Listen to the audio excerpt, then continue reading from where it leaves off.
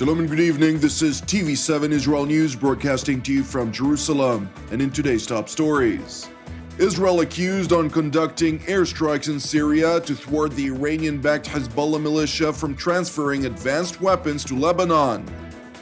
France continues to insist on holding an international peace conference in Paris aimed at resolving the Israeli-Palestinian conflict in spite of opposition from the United States and Israel's refusal to participate.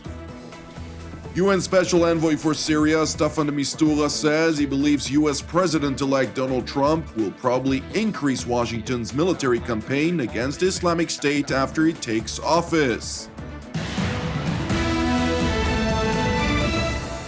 Arab media outlets reported this morning that the Israeli Air Force conducted an aerial strike against military targets belonging to President Bashar Assad's military in Syria. The London-based Rai al-Yom reported that Israeli aircraft fired missiles at an arms warehouse belonging to the Syrian army, as well as at several vehicles near the Beirut-Damascus highway. The report speculated that the convoy was transferring weapons to the Iranian-backed militia Hezbollah in Lebanon. TV7 could not verify the reports, yet Lebanese sources told our news desk that the explosions were indeed heard in the area of the Beirut-Damascus highway. In both incidents, no casualties were reported.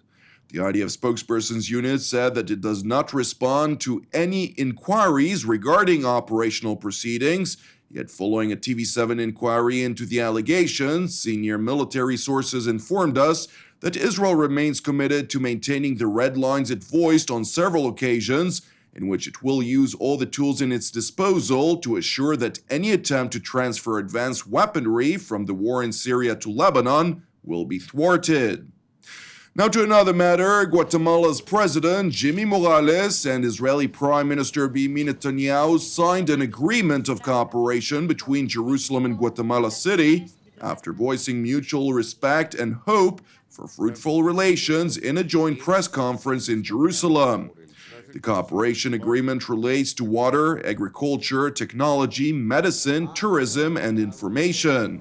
I think there's a larger picture that I began speaking to you about, and that is our interest in entering in a big way Latin America. Latin America has always been friendly to Israel, but I think we're in a position where these relationships can be far, far, far advanced. And I look forward to visiting Latin America and perhaps Guatemala, since you just kindly gave me an invitation.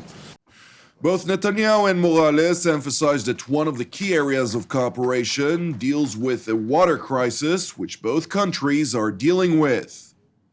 Now in other news, according to Western diplomats, France is insisting on holding an international peace conference in Paris aimed at creating a framework that would advance a process to end the decades-old conflict between Israel and the Palestinians, that in spite of opposition from the United States and Israel's refusal to participate.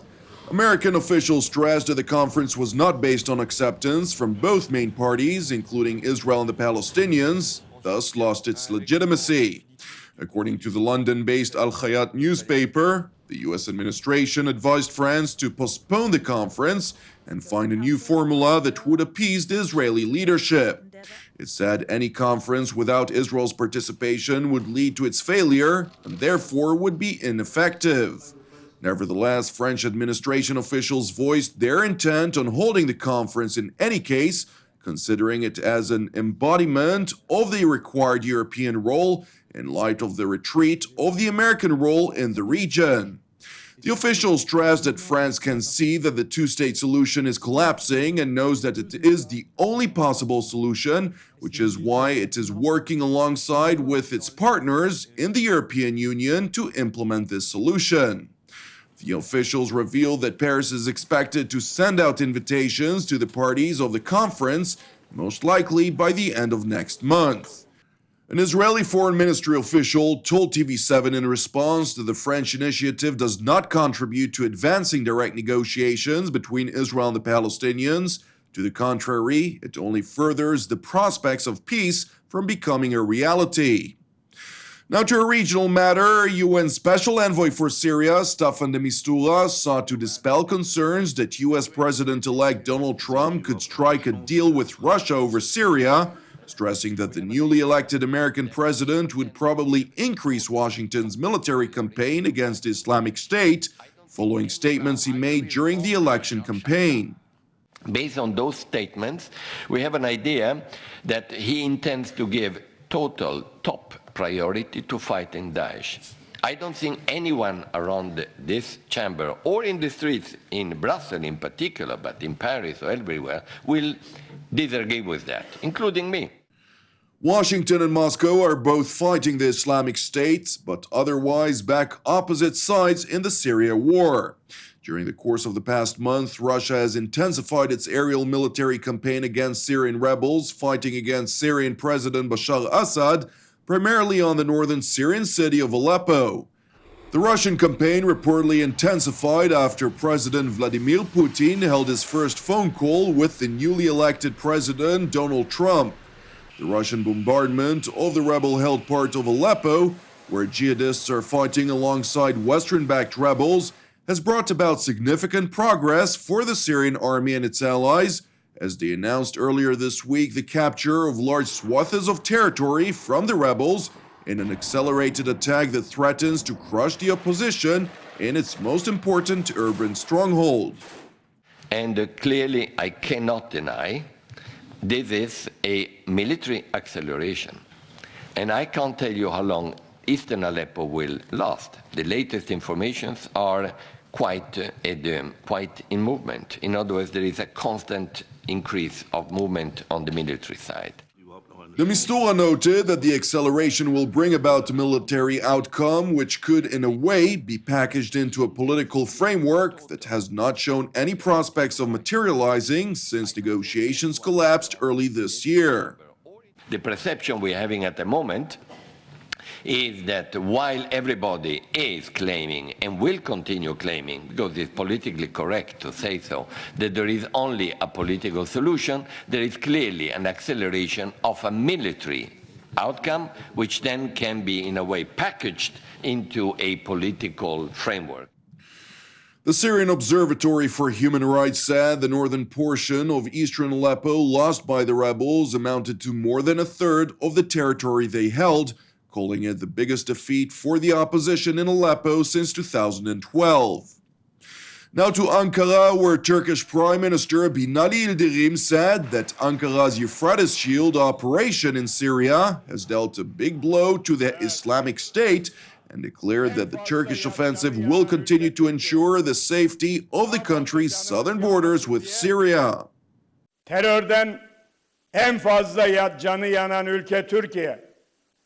Daha fazla canımız yanmasın diye gerekli adımları da atmaktan asla geri durmayacağız.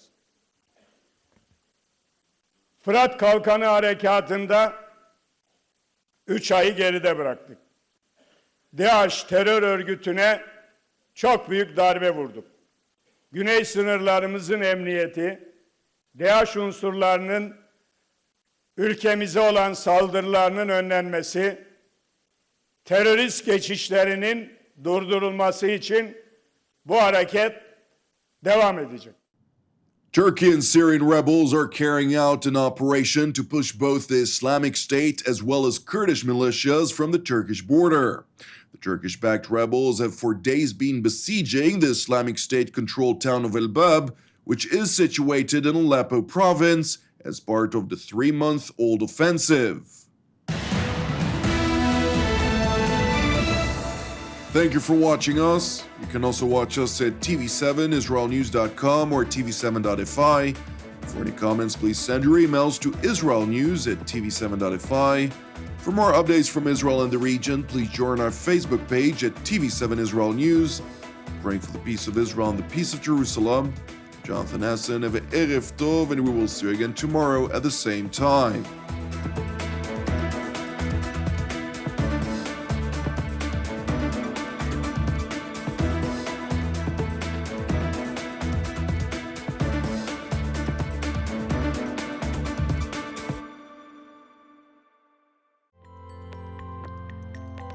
In order to donate to TV7 Israel News, please follow these simple steps.